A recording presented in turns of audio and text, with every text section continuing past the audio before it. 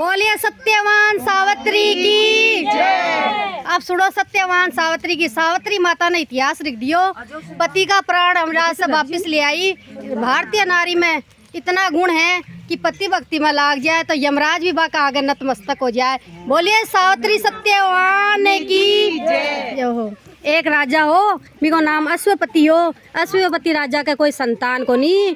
बिको नियम हो कि वो रोजिना ना जो बड़ कन जातो बट बस न छीज तो दूध दया से सींच तो आपको जड़ से सींच तो गुड़ को भोग लगा तो और आपको 32-33 पत्ता ले तो बड़का बा बड़का 33 पत्ता का ना टीका काट तो चावल चढ़ा तो और कहो हे प्रभु 33 करोड़ देवी देवता मेरी पूजा ये बटका द्वारा ही स्वीकार कर लीजिए। अब एक दिन है ना राजा बहुत दुखी रहना लागे भी का कोई संतान को नहीं बट न सींच रहे हो तो सावित्री माता है ना जो बटमा से बोली राजा तू तो दुखी मत हो, तेरे एक कन्या लिखी है तो तेरे कन्या को जन्म होवेगो। वो बोले माता है ना देखो मेरा है ना संतान भी नाम तो हट जाएगो थे मैंने कन्या ही दे दियो। तो सावित्री माता बोली कि मेरो अंश ही तेरे कन्या के रूप में आवेगो। अब है ना जो अभी का राजा राजी हो तो घर आ गए हो। रानी बोली मैं गर्भवती होगी तो रानी का 9 महीना बाद में एक बहुत ही सुंदर कन्या और गुणवान कन्या उत्पन्न हुई। वही कन्या की बुद्धि इतनी पखरी कि चारों मेर भी कन्या की बुद्धि का चर्चा चालगा। राजा आपका राजकार्य में आपकी पुत्री ने लेकर बैठ तो बड़ा है ना जो शास्त्र आने बाहर बुद्धि में है ना जवाब दे देती। पखर बुद्धि का कारण भी कि चारों मेर पहचान बनेगी। अब है ना जो कन्या रोजिना आपका पिता का सागे जाती और बट ने पिता सींच तो जिया सींचती और सावित्री माता का हाथ जोड़ कर बोलती कि हे माता श्री मनो अमर सुहागन करिए, मेरे पति की लंबी आयु दीजिए। अब है ना जो ब्याह योग्य हुई। राजा बड़ा मंत्री ने बोलियो भाई मेरे बेटी के लिए है ना थे बड़देख का हो। तो बड़ा मंत्री गया बड़देख बाना लेकिन कोई घरानो भी ऐसो खोला दियो न कोई ऐसो राजकुमार मिलियो जो को भी के लिए बुद्धि के लिए उपयोग होवे। तो वह ना जो को राज भी को पिता बोलियो कि बेटी मन तो तेरे बुद्धि का लाए कोई भी बर को नहीं मिलियो, तू खुद अपना बर देखने के लिए मंत्रिया के सागे जा। वह आपकी मंत्रिया के सागे गई। पहले तो ऋषिया का आश्रम में गई, ऋषि मुनिया से बहुत आशीर्वाद लिया और ऋषि मुनि बहुत बिना आशीर्वाद दिया। फिर वह एक जंगल में गई तो एक सत्यवान नाम को लड़को हो जो को आपको लकड़ियाँ इकट्ठी करके आपको गट्ठो लेकर ना जो को लकड़िया से आपको जीवन यापन करतो। तो भाभी ने देख के बोली भाई मेरा तो बरियो ही होना चाहिए।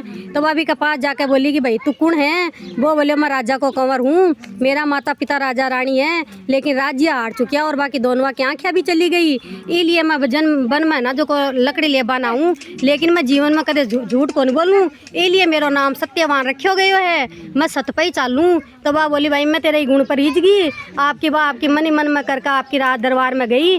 पिता ने जाके बोली कि पिताजी मैं मेरे योग्य बर देखा ही। भी वो पिता बोलियो कि बेटा तू तेरे योग्य बर देखा ही वो कौन है?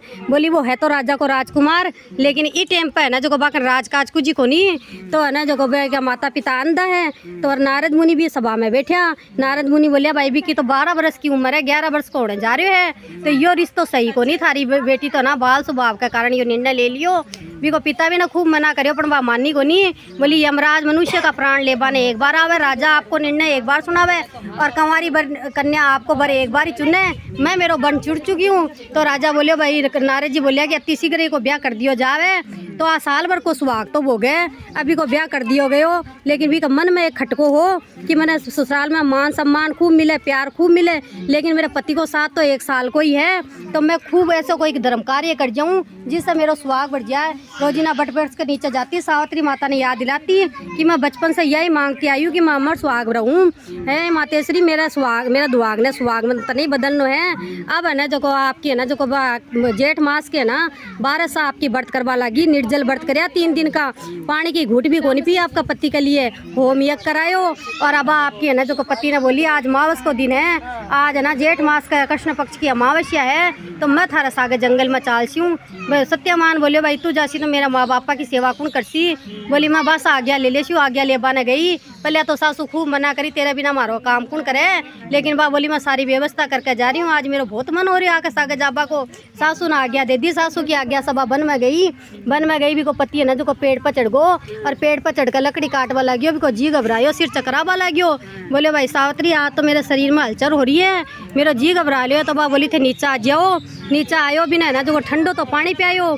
और चना दिया और गुड़ खुआयो। चना गुड़ खा के है ना जो भी ना खुश आराम मिलियो भी की है ना जो गोदिया में सिर देकर सोगो इतना तो बिका तो प्राण निकल गा यम का दूध प्राण ले बन आया देख सावित्री को सत चकराया।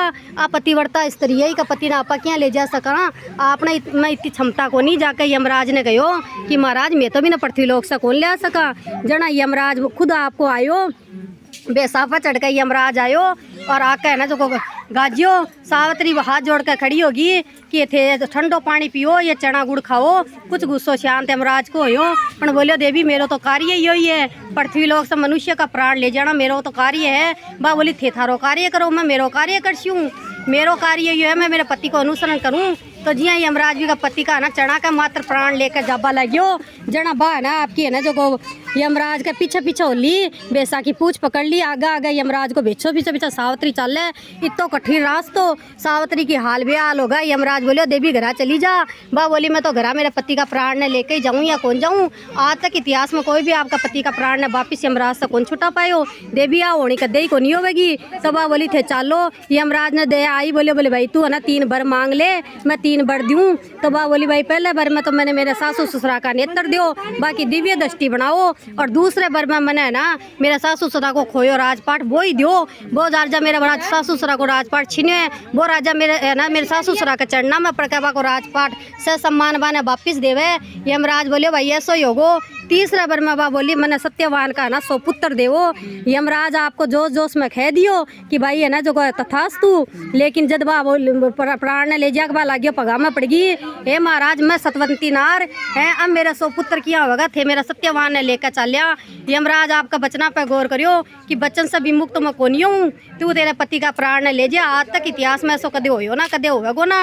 और आज को दिन ये सत्यवान सावित्री थारा नाम से जाने जाएगो। जो भी बट की छाया में बैठ के बट की परिक्रमा करेगो बट की पूजा पाठ करेगो और या कहानी सुनेगो बिना ना मैं सौभाग्य दूंगा पुत्रवती करूंगा और भी क्या मांग में सिंदूर भरी रहेगी। हे सत्यवान सावित्री हे सावित्री माता तने बारंबार प्रणाम है। आज को यो दिन थारो है मैं जा बढ़ के नीचे कहानी सुनी हाँ थाने दया मनाया हाँ मारो सुहाग अमर राखियो कहता को सुनता को और उकारा बढ़ता को सब नारिया ने सुहागन राखियो। बोलिए सत्यवान सावित्री की जय हो।